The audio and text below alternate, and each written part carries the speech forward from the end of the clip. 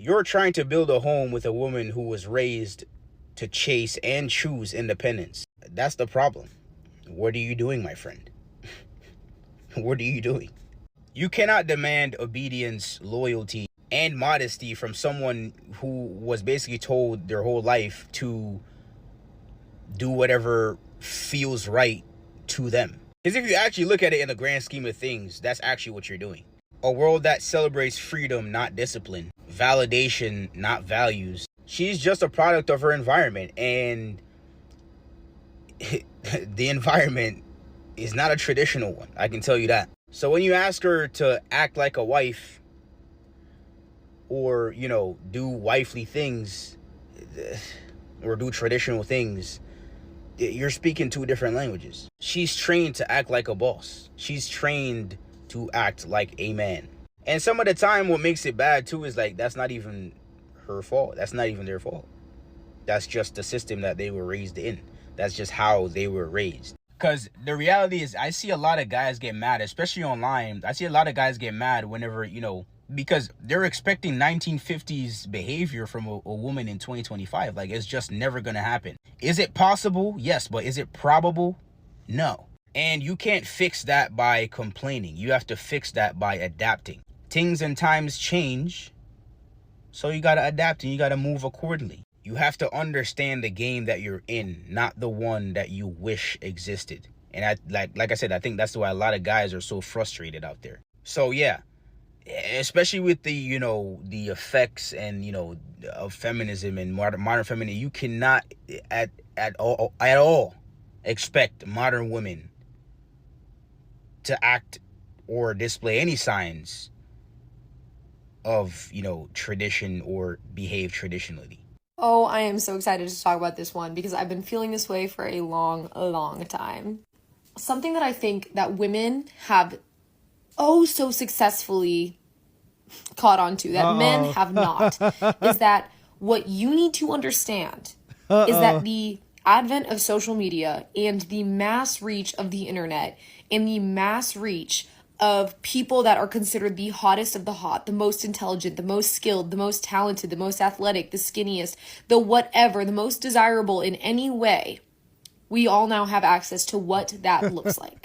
And wrong, you don't have access to what that looks like. You have access to what they want you to think it looks like. And this is one of the biggest issues that women have when it comes to happiness today. They're unhappy with what they have and who they have because they're comparing their lives to images of perfection. On paper, Johnny Depp looked like he had it all. Then we found out that his girlfriend was taking poops on his bed. Will Smith, same story. On paper and on social media, he had it all. And then we found out that his wife was sleeping with his son's best friend. I know a guy right now that makes over $250,000 a year. On paper, he has it all. Multiple nice cars. He has the jewelry. He has everything that makes it look good on paper. And I don't want to put him out there, but in real life, he living paycheck to paycheck and he's in debt. So I know this video is just going to be nonsense because she's starting her whole hypothesis on a false claim. So no, you don't have access into what it looks like. You have access into what they want you to think it looks like. And that's a very different thing. Sing really well or the people that run really fast, the people that look really good, the people that talk really well, the people that have the most degrees, whatever it is,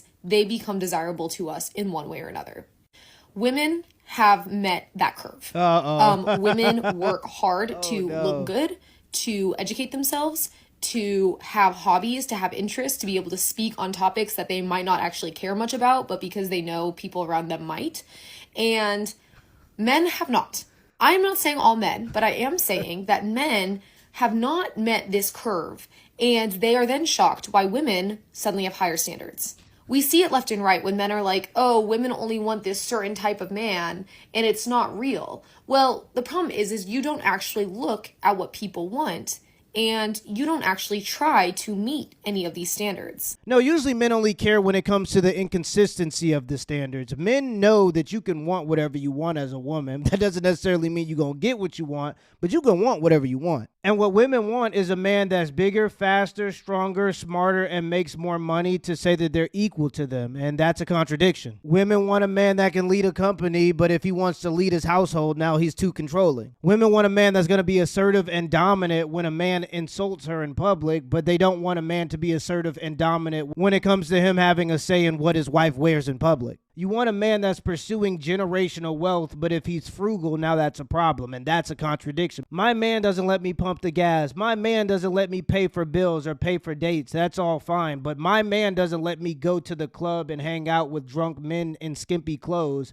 Now all of a sudden he's too controlling. So there's just a contradiction, and sometimes guys will point that out because we think it's kind of funny. And so there are a lot of guys that are competing with men that these women have never had, and it's because they don't actually exist. You're competing with an idea of what a man should be. And be bothered when women say, I want someone that's 6'7" or taller.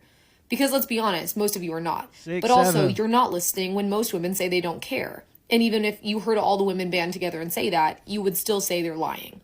So I'm not going to entertain that argument. But most of these men do not try to learn about the interests of women. They don't try to learn about what topics women talk about. Yes, because we're not women.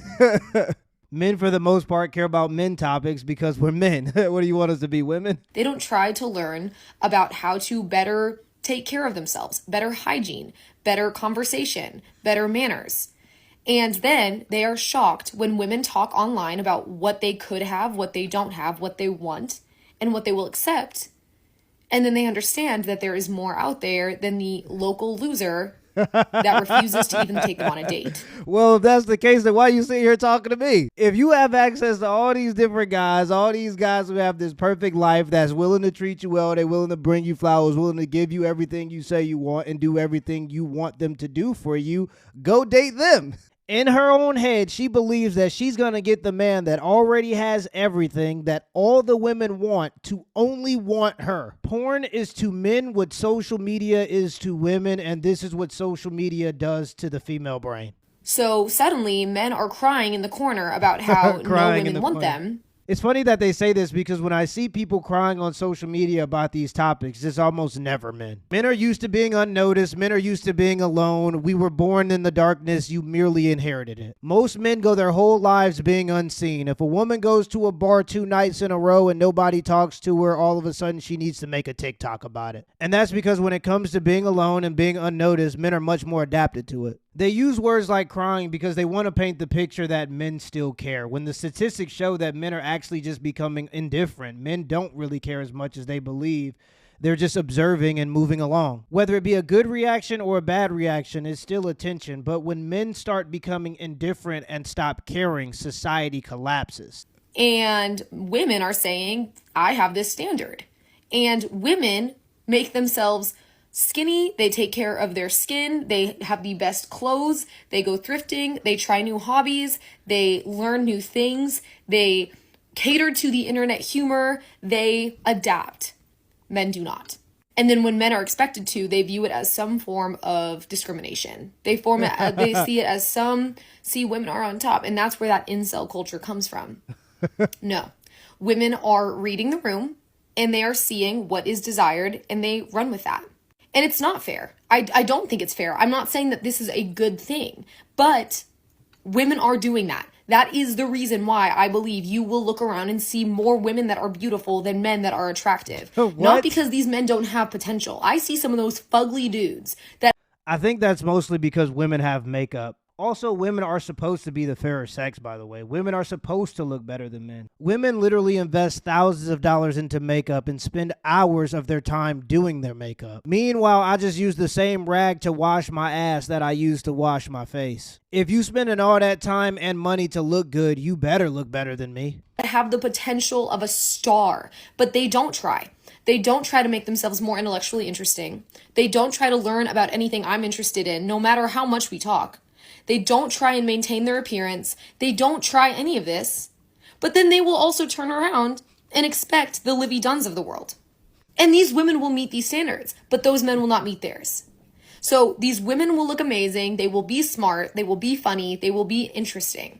These men will not be any of those things. And then the men say, oh, women only want this certain type of man. You're right. And you're not trying to reach that. And that's why you will not be picked. It's a hard conversation to have, and of course, it's not every man. There are so many men that I have seen that are very much on that upper curve.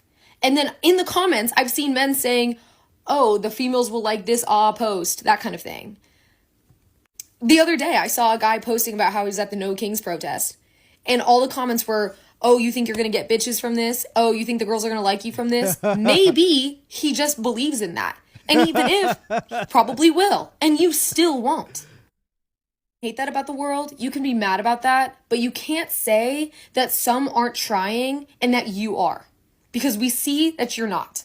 And that's why you're failing, and that's why you're bitter.